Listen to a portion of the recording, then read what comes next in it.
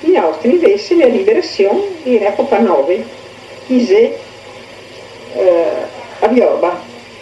I vostri come I nostri dell'uovo, proprio la sera della liberazione. Come mai?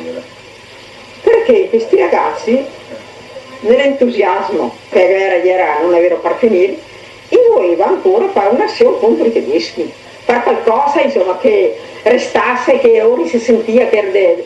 Non vai a trovare i tedeschi, li ha messi su una canonica, mentre il prete non andava a avvisare nessuno, li poteva mandare qualche giorno. E non è vero, il giorno Rodrigo lo occupai che le Mogliano commemorazione del cimitero.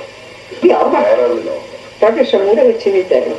Che tutti i sue mura, che i Piere, che tutte ancora i busi dei paesi, li occupai tutti. E a Resi e un'altra strada, per parlare invece sua casa per portarmi sul cimitero, in quel tempo. Perché quando che noi andati alla fiera, che avevamo voi i nostri partigiani, diventai fucilai a Vilorba, le fiera, 8 fiere, mi pare. Ma cosa era di loro? No, mi stai ciapai e portai a Vilorba quando che stai ritirata dai tedeschi e forse ecclesiastiche, non stai partecipi, e già sai, insomma.